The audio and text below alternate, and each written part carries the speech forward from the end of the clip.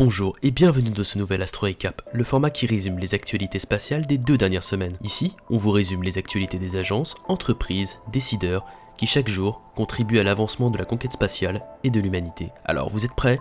C'est parti.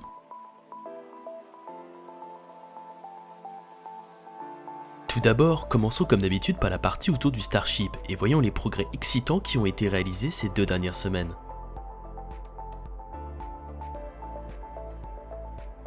Pour débuter ces actualités, nous avons pu assister à un nouveau test du prototype B7.1 qui permet de tester les modifications structurelles des prochains boosters à l'aide du Can Crusher.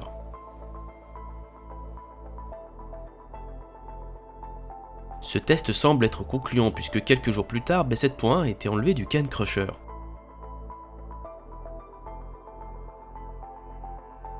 Le booster 7 quant à lui a effectué un spin prime test à 33 Raptors sans explosion.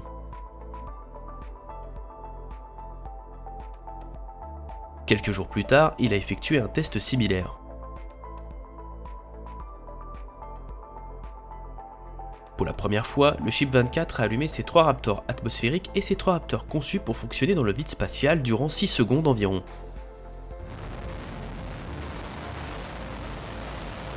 Malheureusement, quelques secondes après le tir statique, un incendie s'est déclaré à côté du pad et a brûlé environ 30 hectares de broussailles.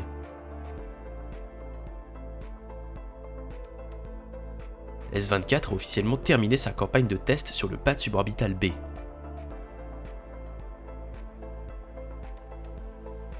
La grue LR11000 de SpaceX a été accrochée à S24 afin que les équipes puissent faire des inspections dans le réservoir de méthane.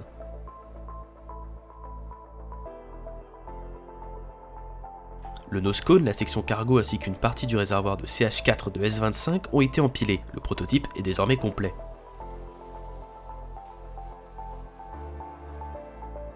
La section cargo et le nose cone de S26 ont été aperçus devant le IBES sans tuile et sans aileron.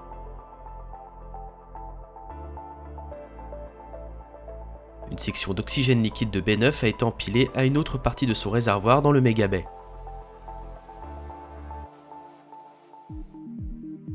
Partons maintenant à Cap Canaveral. Tout d'abord, le 8e segment de la tour Mekazila a été empilé à l'aide de la grue LR11000 350.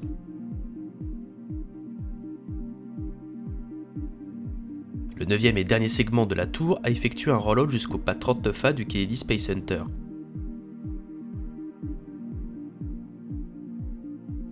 Il a été empilé quelques jours plus tard, permettant à Mekazila de culminer à une hauteur totale de 140 mètres.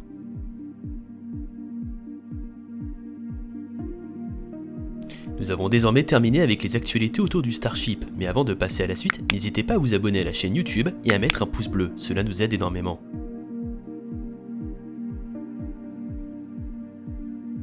Retournons au Kennedy Space Center pour continuer de suivre le Space Launch System après les 2 tentatives de lancement avortées dont on vous a parlé la dernière fois. La NASA a annoncé avoir réparé le bras ombilical défaillant, sans avoir eu besoin de rentrer le lanceur au VAB. Le SLS devra subir un test de remplissage de carburant le 21 septembre afin de s'assurer que tout soit fonctionnel et que la fuite ait bien été réparée. Cependant, la NASA n'a toujours pas eu l'autorisation d'augmenter la durée de vie des FTS, système d'autodestruction du lanceur. Si elle ne l'obtient pas, elle devra faire rentrer le SLS dans son bâtiment d'assemblage pour changer les batteries, ce qui prendra du temps. Si l'autorisation est accordée et que les tests se passent bien, le lancement doit avoir lieu le 27 septembre avec une possibilité pour le 2 octobre en cas de report.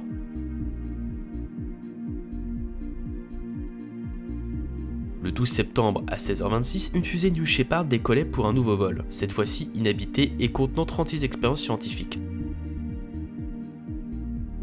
Cependant, au bout de 1 minute et 4 secondes, un problème est survenu sur la fusée. La capsule a donc automatiquement activé son moteur pour s'éjecter, avant de redescendre atterrir sous parachute. Le booster lui n'a pas été récupéré, la mission est donc un échec, et le lanceur ne pourra pas voler le temps de l'enquête par la FAA. L'éjection de la capsule a cependant fonctionné parfaitement, un point positif pour la sécurité du lanceur.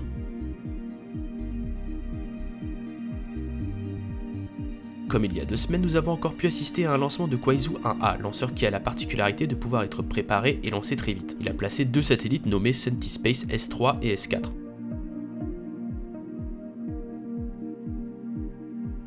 2 heures plus tard, toujours le 6 septembre, une longue marche 2D a décollé depuis la base de Xichang dans les montagnes du Sichuan. Elle a placé en orbite 3 satellites militaires Yaogan 35.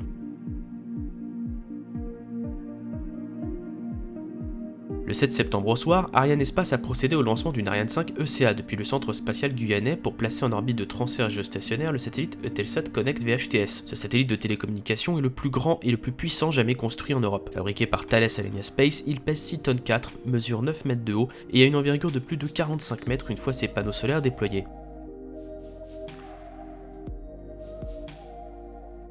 Le 13 septembre, la Chine a lancé depuis la base de Wenchang une longue marche 7A.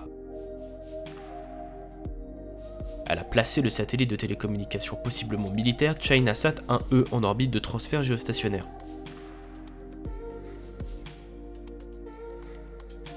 Comme toujours, ces dernières semaines n'ont pas manqué de lancement de Falcon 9, à commencer par le premier le 5 septembre, emportant 51 Starlink, mais aussi le satellite Varuna TDM de Boeing, un démonstrateur technologique qui pourrait servir pour une future constellation de satellites. Le suivant a eu lieu le 11 septembre au matin, avec 34 Starlink, avec un booster volant pour la 14e fois et encore une charge utile secondaire. Il s'agit cette fois-ci du Blue Walker 3 d'AST Space Mobile, entreprise qui cherche à développer une constellation en orbite basse sur laquelle les téléphones portables pourraient se connecter.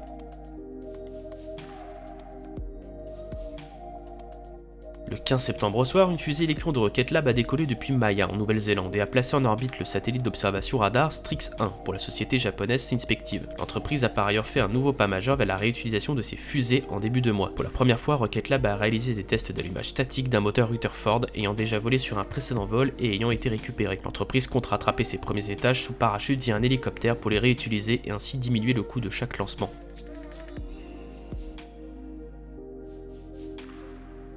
Nouveau problème sur Capstone, le CubeSat lunaire lancé justement par une fusée Electron il y a quelques mois et qui avait connu des problèmes par la suite avant d'être réparé par la NASA, a effectué comme prévu un allumage de ses moteurs le 8 septembre pour corriger sa trajectoire. Cependant, pendant ou après la manœuvre, Capstone se serait mis à tourner sur lui-même. Sa roue de réaction, pièce qui tourne vite pour contrôler l'inclinaison du vaisseau, n'a pas réussi à contrer l'effet. Elle a au contraire dépensé beaucoup trop d'énergie du vaisseau. La NASA a fini par regagner le contact avec Capstone et il est désormais en mode sans échec, c'est-à-dire en ayant désactivé toutes ses fonctions non essentielles. Elle a repris contact avec le satellite et continue de travailler sur le problème, la préoccupation principale étant la température du satellite qui a grandement refroidi. Capstone a cependant assez d'énergie pour pouvoir se réchauffer. Une fois à bonne température, ils pourront tenter une nouvelle manipulation pour résoudre les problèmes.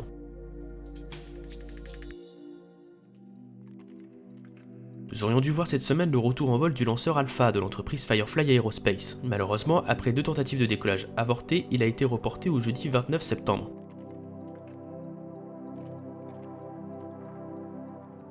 Le 21 septembre à 15h54, nous devrions normalement voir le lancement de Soyuz MS-22 depuis Baïkonour au Kazakhstan, mission habitée qui enverra les cosmonautes russes Sergei Prokopiev et Dmitry Petlin, et l'astronaute américain Francisco Rubio. C'est dans le même accord d'échange de sièges que la russe Anna Kikina volera à bord d'une capsule Crew Dragon en octobre.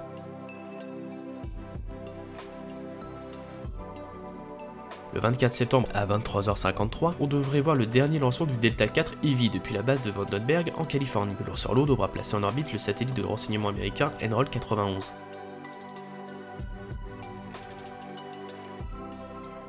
J'espère que ce récap vous aura plu, n'hésitez pas à faire part de vos remarques constructives en commentaire. Vous pouvez également rejoindre le serveur Discord si vous souhaitez rejoindre la communauté et nous suivre sur les autres réseaux sociaux pour ne louper aucune actualité spatiale. Si vous souhaitez ne pas rater les prochains contenus de la chaîne, je vous invite à souscrire à l'abonnement ainsi qu'activer la cloche pour être notifié. Merci à vous pour votre fidélité, à bientôt.